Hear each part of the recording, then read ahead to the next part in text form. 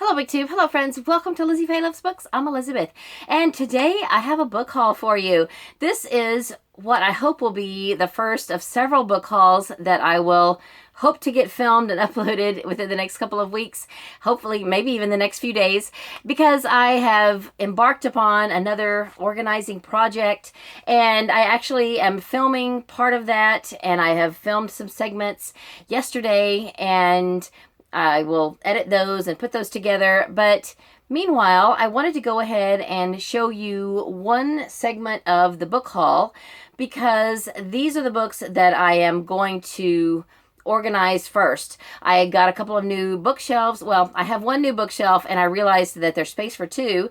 So I'm ordering another one, and I want to go ahead and I believe I've decided that I'm going to put my Christian fiction on the new shelves, and then that will open up space for some of my other categories that are overflowing.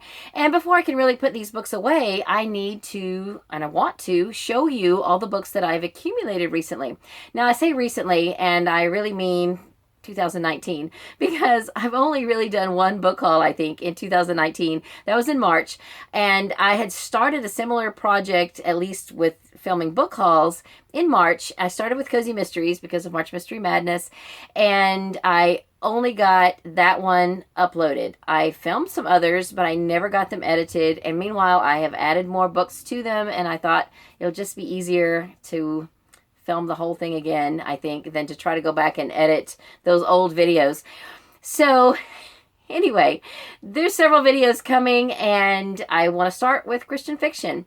So if you're tuning in and you have not watched any of my videos before, I read a lot of different things, but I am a Christian and I love to read Christian fiction. My favorites probably are Jeanette Oke. I don't know if you can see. Yes, you can see from here. Jeanette Oke is probably my all-time favorite Christian author, but I also have some newer authors that I have found out about in the last few years that I have been enjoying, like Lori Copeland and who else? Lori Wick. Well, actually, she's one of the older ones, I think.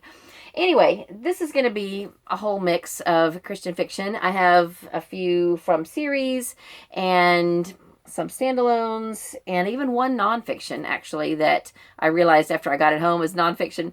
So let's get started. Now, the first few I want to show you are actually love inspired. They are, that is a line of Harlequin books that are faith-based and inspirational. So one of them is called The Rancher's Reunion by Tina Radcliffe. I picked this up, actually I looked for this because I read a Tina Radcliffe book called Oklahoma Reunion last year maybe, and even though I wasn't a huge fan of it, I was curious about this one because apparently, according to the author's notes, the main character of Oklahoma Reunion is a side character in Rancher's Reunion. And I just wanted to kind of get the backstory. I was just curious enough about it to seek this one out. My library didn't have a copy of this, but I eventually found this at a used bookstore. And then this one I picked up because of the Summer Romance Book Bingo after the fact. I'm going to save this one for next year as long as this category stays on the bingo prompts, because Sarah talked about possibly taking this category off because a lot of people had a hard time with it. So Sarah, the category of summer bugs, leave it on there because it's kind of challenging. I mean, who says they all have to be easy? Anyway, there was a category called read a book with summer bugs on the cover, and I think this perfectly personifies exactly what she was looking for and talking about when she made that prompt. This is Butterfly Summer by Arlene James, and I have no idea what it's about, but I think that this is a perfect book for Summer Romance Book Bingo, and it has a butterfly on the cover, so that's fantastic. Then the next two are from a series. I read this one actually last month, I guess, Mission to Protect by Terry Reid. It's book one in the Military Canine series. It's a love-inspired suspense book, which means not only does it have romance and it's faith-based, it also has a mystery involved. There was one mystery that was wrapped up within this book, and then another mystery was introduced that is going to continue throughout more of the series. And this was a book that Catherine from Jane Catherine on Books hosted as a read-along for March Mystery Madness, and I did not get to read it at that point. She actually announced that she was hosting the first 2 books in the series, and she ended up having some health issues at the end of the month, and so Sarah from Steeped in Books ended up finishing and leading the second book, which I just found at the used bookstore recently. This is called Bound by Duty by Valerie Hansen. I have not read this one yet, but I enjoyed this first one so much that I looked for and found this second book, and I'm excited to read it. It was a really good first book, and I think the rest of the series is going to be great. Now, since it's written by multiple authors, I'm sure there's going to be some that I like more than others, but we'll just see how it goes. Of course, even series that are all written by the same author, sometimes, a lot of times, most of the time, there are books in a series you like more than others. So, you know, it's anybody's guess how that's going to go. All right, I have accumulated 4 books from the Tales from Grace Chapel Inn series. I don't think this is a mystery series. I think this is just a nice Christian drama, family drama series, community drama, and I hope I'm going to enjoy them. I have collected several of them. It's quite a large series. It's published by Guidepost, and the series is written by multiple authors. So I have 4 of them. Autumn Tales by Jolyn and William Sharp. And I have Talk of the Town by Anne Marie Rogers. These have beautiful covers. Then Sing a New Song by Sunny Jeffers. And The Way We Were by Judy Bauer. And then I have one other little set of books that are, the series is called Grace Livingston Hill Library, although these books are not by Grace Livingston Hill.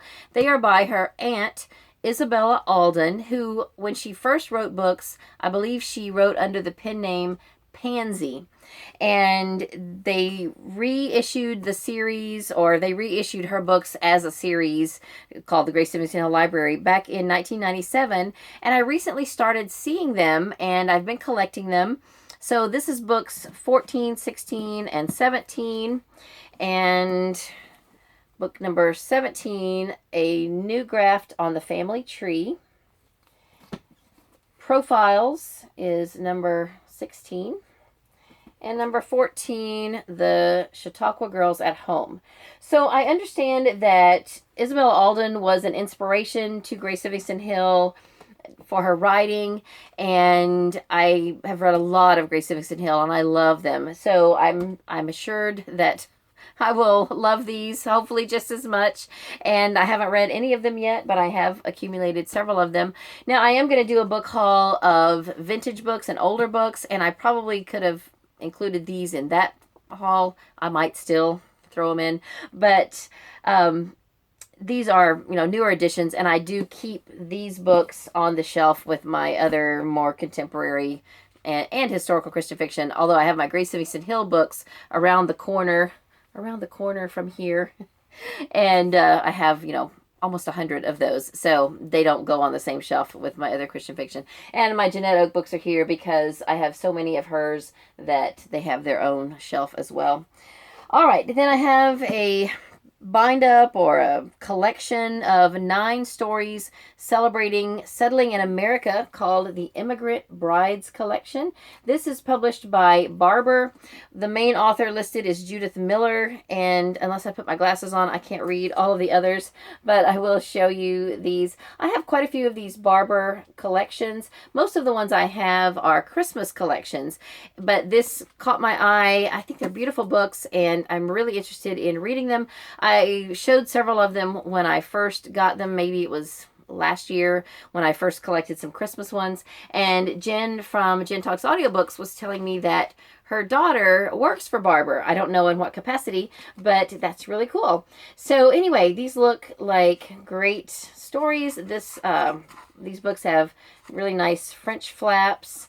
And here are the names of the stories that are in the book, in case you're interested. And I'm excited about it. It might be a long time before I ever get around to reading that, but it'll look nice on my shelf. I will read it at some point if I live long enough to read all of these books. All right, the next author I have 2 books by is Charlene Ann Bombich. I have a standalone, or what I believe is a standalone book called Finding Our Way Home. Now, I was first drawn to this author because of the Dearest Dorothy series. And I found book 6. I think I have all of them now. Book 6 is called Dearest Dorothy, If Not Now, When? And I have not read any of these yet, but they look adorable. I did loan some of them to some church friends a few years ago, and they read them and returned them and loved them. So I'm sure that I'm going to really enjoy those. And then I'm going to go ahead and show a couple of the books that I was sent this year for review, even though you've already seen those in other videos. I have read most of them. This is by Karen Barnett called Ever Faithful. I have listened to this on audio as well as the first 2 in the series. This is book 3 in the Vintage National Park series. I want to own the whole series. I need to just get on Amazon or somewhere and order the first 2 because I love them so much. And at some point I want to do a series review of the whole series. I hope there's going to be more of these. They're set in like the late 1920s, early 1930s, and each of them is set in a different national park in the United States, and they're wonderful. So then the next 2 are by T. Davis Bunn and Isabella Bunn. They are from the Heirs of Acadia series. I finally found book 2 when I went to visit my sister. We bought this at Gardner's, and I say we were together. I bought it. But this is The Innocent Libertine, book 2 in the series. And then at some point, somewhere else, I found book 5, The Falconer's Quest. This is a spin-off series from a series that was written by T. Davis Bunn and Jeanette Oak. And it was called The Song of Acadia. And it's one of my all-time favorite series. And I absolutely love it. So I have not yet read this spin-off series. I don't know. I might need to go back and reread maybe the later 1 or 2 of the Song of Acadia series. In fact, I think books 3 and 4 are on the Audible Escape package. And so maybe I'll listen to those again before I get around to starting this next series. And then the next 2 are by Lori Copeland, one of my newer favorite Christian authors. I have read several books by her. This one looks fun. It's called Mother of Prevention, Life, Faith, and Getting It Right.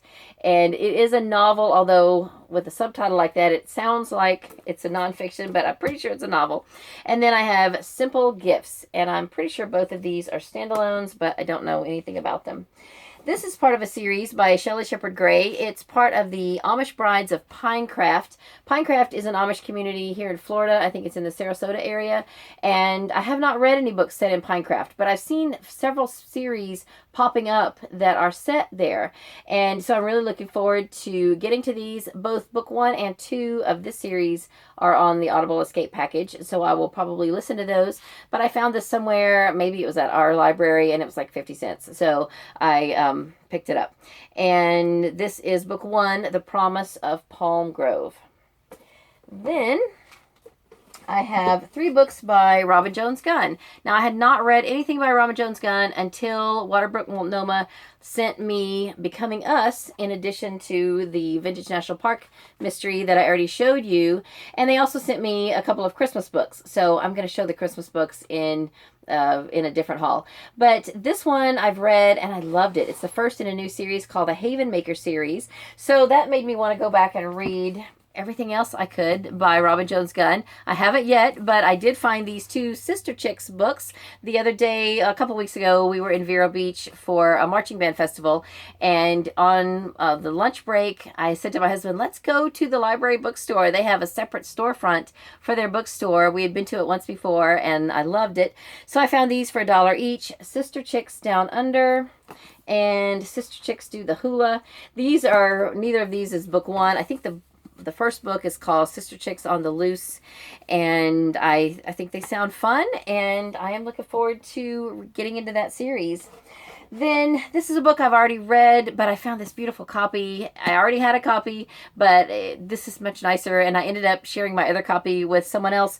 So this is Cape Light by Thomas Kincaid and Catherine Spencer. I am currently reading book 2 right now, and if you want to read these with me, I announced a read-along for this series last year, and I'm still only on the 2nd book. I don't know. I just keep setting it aside for other things, and this was really good. I really enjoyed it, and I'm looking forward to finishing the 2nd book. But I love having these on my shelf. They're gorgeous, and when I found this copy, I just couldn't resist getting it. And then a book, this is book 2 of the Candlewood series by Delia Parr. I got this for my sister because I already have the whole trilogy. This is book 2, and I told her I would give it to her when I found a copy of book 1. And then when we were in Oklahoma at Gardner's in Tulsa, we found book 1, which she bought. So now I need to get this one to her. I hope she hasn't started the first one yet, because I'm hoping that her and I can buddy read this trilogy next year. And I'm looking forward to that. So then the next one is book 2 in a series that I already have book 1 of by Judith Pella. This is called Sister's Choice, and I believe it's book 2 in the Patchwork Circle series. So see the quilt there.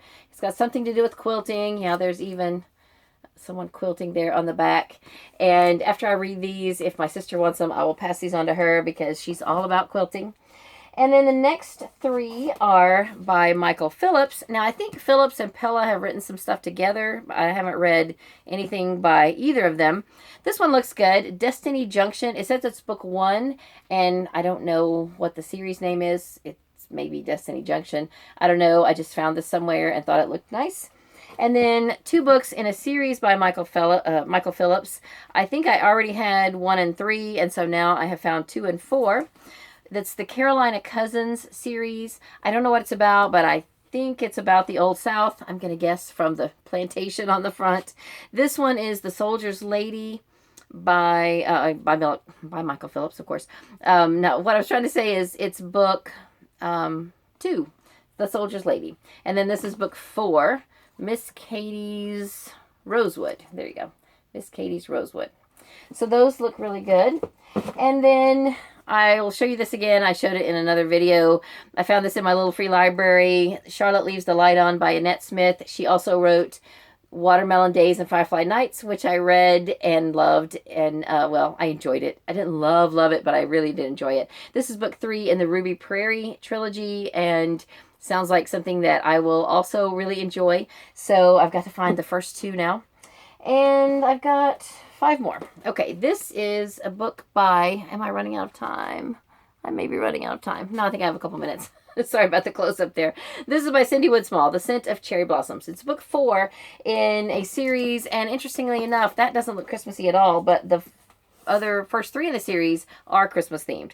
3 by Lori Wick, Jessie. This is part of the Big Sky Dreams trilogy. It says it's set in 1884. And then I have 2 of the same book, A Song for Silas.